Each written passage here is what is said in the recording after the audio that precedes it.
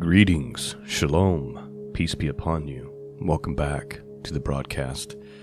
I'm Shawn. The website can be found scriptureandprophecy.com. That's where you go to find the archives, and that's where you go to support this mission of truth.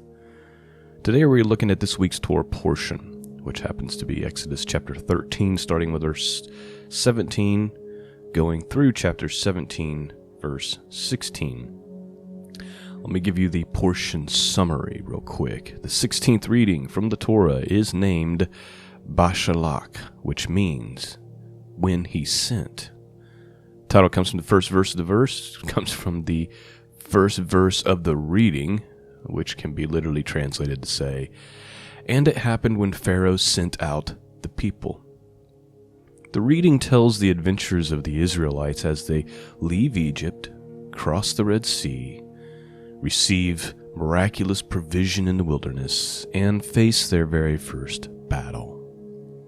So here's kind of the outline. We have the pillars of the cloud of fire. We have the crossing of the Red Sea, the pursuers drowned, the song of Moses, the song of Miriam.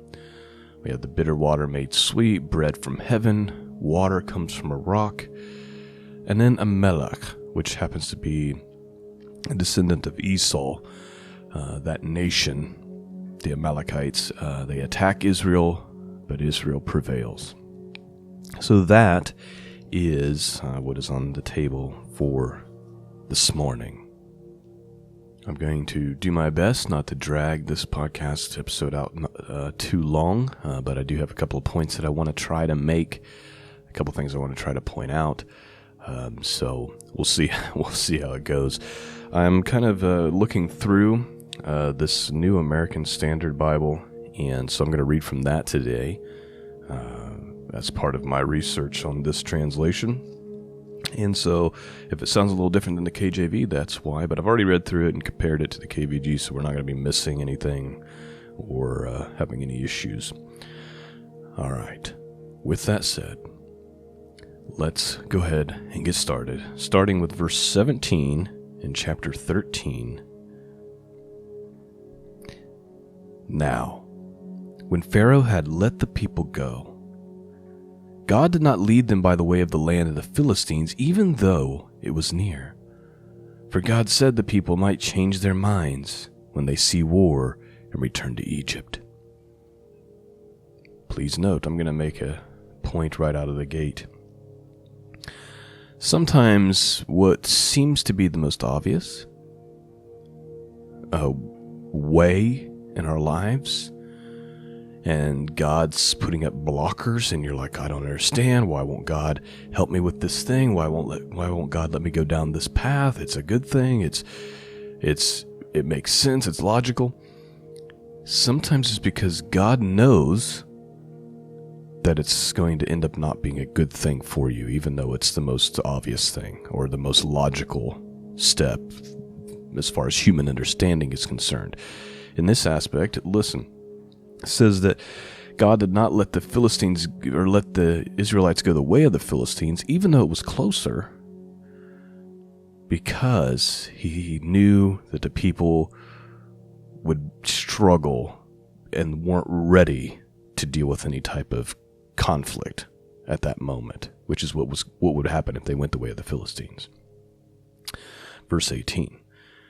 Hence God led the people around by the way of the wilderness to the Red Sea, and the sons of Israel went up in martial array from the land of Egypt.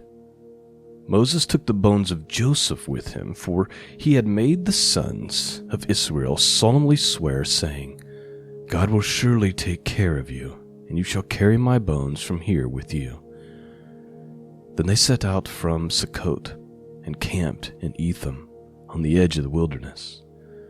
The Lord was going before them in a pillar of a cloud by day, to lead them on the way, and a pillar of fire by night to give them light, that they might travel by day and by night. He did not take away the pillar of cloud by day, nor the pillar of fire by night from before the people. Now the Lord spoke to Moses, saying, Tell the sons of Israel to turn back and camp before Pi-hahiroth, between Migdol and the sea, You shall camp in front of Baal-zephon, opposite it by the sea. For Pharaoh will say of the sons of Israel, they are wandering aimlessly in the land, the wilderness has shut them in. Thus I will harden Pharaoh's heart, and he will chase after them.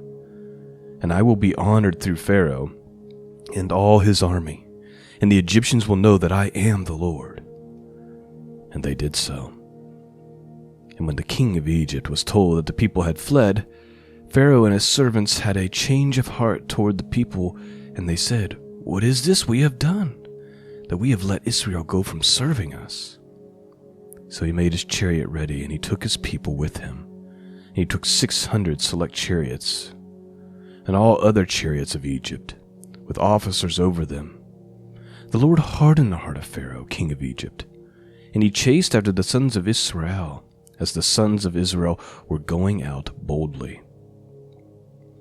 Then the Egyptians chased after them with all the horses and chariots of Pharaoh, his horsemen and his army, and they overtook them camping by the sea, beside Pi-haroth, in front of Baal-zephon. As Pharaoh drew near, the sons of Israel looked, and behold, the Egyptians were marching after them, and they became very frightened. So the sons of Israel cried out to the Lord. Then they said to Moses, Is it because there were no graves in Egypt that you have taken us away to die in the wilderness? Why have you dealt with us in this way, bringing us out of Egypt? Is this not the word that we spoke to you in Egypt, saying, Leave us alone that we may serve the Egyptians? For it would have been better for us to serve the Egyptians than to die in the wilderness. But Moses said to the people, Do not fear. Stand by and see the salvation of the Lord, which he shall accomplish for you today. For the Egyptians who you have seen today, you will never see them again forever. The Lord will fight for you while you keep silent. Then the Lord said to Moses, Why are you crying out to me? Tell the sons of Israel to go forward. As for you, lift up your staff and stretch out your hand over the sea and divide it. And the sons of Israel shall go throughout the midst of the sea on the dry land. As for me, behold, I will harden the hearts of the Egyptians so that they will go in after them. And I will be honored through Pharaoh and all his armies, through his chariots and his horsemen. Then the Egyptians will know that I am the Lord, when I am honored through Pharaoh, through his chariots and his horsemen. The angel of God, who had been going before the camp of Israel, moved and went behind them, and the pillar of the cloud moved from before them and stood behind them. So it came between the camp of Egypt and the camp of Israel. And there was the cloud along with the darkness, yet it gave light at night. Thus the one did not come near the other all night. Then Moses stretched out his hand over the sea, and the Lord swept the sea back by a strong east wind all night, and turned the sea into dry land. So the waters were divided. And the sons of Israel went through the midst of the sea, on the dry land, and the waters were like a wall to them on their right hand and on their left hand. Then the Egyptians took up the pursuit, and all Pharaoh's horses and his chariots and his horsemen went in after them into the midst of the sea. At the morning watch, the Lord looked down on the army of the Egyptians through the pillar of fire and cloud, and brought the army of the Egyptians into confusion. He caused their chariot wheels to swerve, and he made them drive with difficulty. So the Egyptians said, Let us flee from Israel, for the Lord is fighting for them against the Egyptians. Then the Lord said to Moses, Stretch out your hand over the sea, so that the waters may come back over the Egyptians, over their chariots and their horsemen. So Moses stretched out his hand over the sea, and the sea returned to its normal state of daybreak, while the Egyptians were fleeing right into it.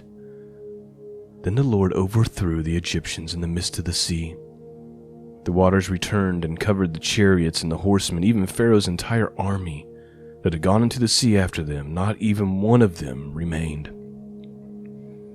But the sons of Israel walked on dry land through the midst of the sea, and the waters were like a wall to them on their right hand and on their left. Thus the Lord saved Israel that day from the hand of the Egyptians. And Israel saw the Egyptians dead on the seashore. When Israel saw the great power which the Lord had used against the Egyptians, the people feared the Lord, and they believed in the Lord and his servant Moses. Then Moses and the sons of Israel sang this song to the Lord and said, I will sing to the Lord, for he is highly exalted. The horses and its riders he has hurled into the sea. The Lord is my strength and song, and he has become my salvation. This is my God, and I will praise him, my father's God, and I will exalt him. The Lord is a warrior. The Lord is his name. Pharaoh's chariots and his armies he has cast into the sea, and the choicest of his officers are drowned in the Red Sea. The deeps cover them. They went down into the depths like a stone. Your right hand, O Lord, is majestic in power. Your right hand, O Lord, shatters the enemy. And in the greatness of your excellence, you overthrow those who rise up against you. You send forth your burning anger, and it consumes them as a chaff. At the blast of your nostrils, the waters were piled up. The flowing waters stood up like a heap. The deep waters congealed in the heart of the sea. The enemy said, I will pursue, and I will overtake, and I will divide the spoil. My desire shall be gratified against them. I will draw out my sword, and my hand will destroy them. You blew with your wind. The sea covered them. They sank like lead in the mighty waters. Who is like you among the gods, O Lord? Who is like you, majestic in holiness, awesome in praise, working wonders? You stretched out your right hand. The earth swallowed them. In your loving kindness you have led the people whom you have redeemed. In your strength you have guided them to your holy habitation. The peoples have heard, they trembled. Anguish has gripped the inhabitants of Philistine. Then the chiefs of Edom were dismayed. The leaders of Moab trembling grips them. All the inhabitants of Canaan have melted away. Terror and dread fall upon them. By the greatness of your arm they are motionless as a stone. Until your people pass over, O Lord, until people pass over whom you have purchased, you will bring them and plant them in your mountain of your inheritance, the place, O Lord, which you have made for your dwelling, the sanctuary of the Lord, the sanctuary, O Lord, which your hands have established. The Lord shall reign forever and forever. Please note, that is the Song of Moses, which he sings, after you saw such an amazing event. If you didn't fall on your face with your arms in the air praising God, then something's wrong with you after seeing something like this. Although for most of us, you would think the pillars of clouds and the angel of God and all this other stuff going on around you would probably be enough evidence, but, human beings, we have amnesia. We're quick to forget and slow to remember. This isn't the only time we see the Song of Moses, by the way. We actually see it in the book of Revelation. Not the song, but the reference to the song. So let me just read Revelation 15 to you. It's only 8 verses. It's going to take just a second here, just so you know where this is if you ever want to go look. So if you go to Revelation 15, it says, And I saw a sign in heaven, great and marvelous, 7 angels having the 7 last plagues, for in them is filled up the wrath of God. And I saw as it were a sea of glass mingled with fire, and them that had gotten the victory over the beast, and over his image, and over his mark, and over the number of his name, stand on the sea of glass, having the harps of God. And they sing the song of Moses, the servant of God, and the song of the Lamb, saying, Great and marvelous are thy works, Lord God Almighty. Just and true are their ways, thou King of the saints. And I'll just stop there with that first 3 verses. But that's where it's referred to that the saints sing the song of Moses and the song of the Lamb. It's very, very interesting. and similar circumstances, right? There's just judgment happening on the wicked, and both times the people are amazed at what God is doing, and they sing these songs of praises towards him. Let's continue on. We're ready for verse 19. For the horses of Pharaoh with his chariots and his horsemen went into the sea, and the Lord brought back the waters of the sea on them. But the sons of Israel walked on dry land through the midst of the sea. Miriam, the prophetess, Aaron's sister, took the timbrel in her hand, and all the women went out after her with timbrels and with dancing. And Miriam answered them, Sing to the Lord, for he is highly exalted. The horse and his rider he has hurled into the sea. Then Moses led Israel from the Red Sea, and they went out into the wilderness of Shur. And they went 3 days into the wilderness and found no water. When they came to Marah, they could not drink the water of Marah, for they were bitter. Therefore it was named Marah.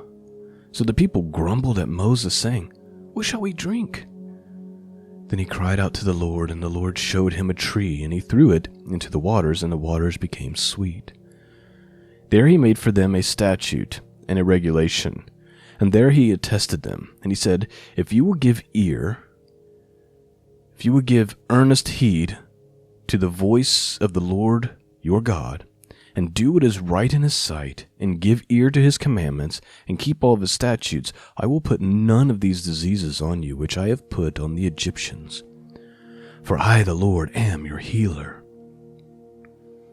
Then they came to Elim, where there were 12 springs of water and 70 date palms, and they camped there besides the waters.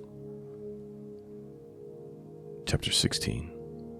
Then they set out from Elim, and all the congregation of the sons of Israel came to the wilderness of Sin, which between Elim and Sinai, on the 15th day of the 2nd month after their departure from the land of Egypt. The whole congregations of the sons of Israel grumbled against Moses and Aaron in the wilderness. The sons of Israel said to them, Would that we had died by the Lord's hand in the land of Egypt, when we sat by the pots of meat, for when we ate bread to the full, for you have brought us into the wilderness to kill this whole assembly with hunger. Please know we have to stop and have a conversation about this. I think this little section right here, and honestly this happens unfortunately throughout the book of Exodus multiple times, and I think even twice in our study this morning. They've seen all these miracles. God makes this bitter water sweet, points out the proper tree for Moses to throw into water, provides them a great place to lay down where there's 12 springs of water and 70 date palms. But they get to this place and they start to grumble, and they start to long for Egypt. And they grumble against Moses, and they say, Why have you brought us out here to die in the wilderness? Oh, that we would have been this is what they say, we would have been better off if we died in Egypt, where at least we had pots of meats and we ate bread to the full. I mean, in a way, what they're saying is we were better off when Pharaoh was our God than when Jehovah is our God. Here's why this is important to us right now. I read Hebrews chapter 12, verses 27 and 28 to you, I don't know, last week or a couple of weeks ago. Let me read it real quick again. This expression, yet once more, denotes the removing of those things which can be shaken, as of created things, so that those things which cannot be shaken may remain. Therefore, since we receive a kingdom which cannot be shaken, let's show gratitude, by which we may offer God an acceptable service with reverence and awe, for our God is a consuming fire. I mentioned that one possibility about what is happening right now in the world is there's a great shaking happening. And those things which can be shaken that are created, and that means these evil institutions, that means apostate churches, are going to crumble and fall. And what will remain is the real stuff, right? The real church. the remnant, those churches that stand on the gospel, that those things will remain. However, one of my fears, if this is what God is doing, and I think it's very possible that it is, one of my fears is that once the dust settles, so to speak, that we will have the temptation to long for the wickedness that we once enjoyed, if that makes sense. The wicked institutions that we once enjoyed the comforts of, if that makes sense. One of the temptations when God does the shaking is to look to the past and go, man, even though I'm in a closer relationship with God now, and even though God is blessing me and caring for me and taking care of me and providing for me and meeting my needs, I kind of miss that old way where at least then I had pots full of meat and I ate bread till I couldn't stand it anymore. That's essentially what the Israelites are saying, and it's a tragedy. They're saying, we wish we would have just stayed in Egypt as slaves, where at least we had the comforts of Egypt. If this is a great shaking, and I think it is, and if those created things are going to crumble, I pray that we be what remains, and that we do not fall into the temptation that the Israelites fell into in the wilderness, where we long for the old institutions of evil. I hope I'm making some sense with that thought. Let's continue on. Then the Lord said to Moses, behold, I will rain bread from heaven for you, and the people shall go out and gather a day's portion every day, that I might test them whether or not they will walk in my instructions. Please note, sorry for interrupting again. God is a God who wants faith. Even in the Old Covenant, we look at it and we go, well, God was just demanding that you obey this and you obey that, but really it was still about faith. Right here he has a test for them. I'm going to rain manna down from heaven. I mean, it doesn't get any easier or better than this. Literally, your food is going to come from heaven, and it's going to just appear. You don't even have to do anything for it. You don't have to toil for it. It's just going to be there. Hey, here's the instructions. You are only to gather it for 6 days, and on the 6th day I will give you enough for the 7th day. And you're to take the 7th day as a Sabbath and rest and not gather it. I'll provide enough for you on the 6th day. And it's about faith, because it's about trusting, will God provide enough that I can rest on the Sabbath and not have to toil or gather the bread? So it is a test of faith. Do you believe that God will provide? And of course, as we'll see, some fail this test. Verse 5, on the 6th day, when they prepare what they bring in, it will be twice as much as they gather daily. So Moses and Aaron said to all the sons of Israel, at evening you will know that the Lord has brought you out of the land of Egypt. And in the morning you will see the glory of the Lord, for he hears your grumblings against the Lord. And what are we that you grumble against us? Moses said, this will happen when the Lord gives you meat to eat in the evening and bread to the full in the morning. For the Lord hears your grumblings which you grumble against him. And what are we? Your grumblings are not against us, but against the Lord. Then Moses said to Aaron, say to all the congregation of the sons of Israel, come near before the Lord, for he has heard your grumblings. And it came about, as Aaron spoke to the whole congregation of the sons of Israel, that they looked toward the wilderness, and behold, the glory of the Lord appeared in a cloud. And the Lord spake to Moses, saying, I have heard the grumblings of the sons of Israel. Speak to them, saying, at twilight you shall eat meat, and in the morning you shall be filled with bread, and you shall know that I am the Lord your God. So it came about an evening that the quails came up and covered the camp, and all the morning there was a layer of dew around the camp. And when the layer of dew evaporated, behold, on the surface of the wilderness there was a fine flaked-like thing, fine as frost on the ground. When the sons of Israel saw it, they said to one another, "What is it?" For they did not know what it was, and Moses said to them, "It is the bread which the Lord has given you to eat. This is what the Lord has commanded. Gather of it every man as much as he should eat.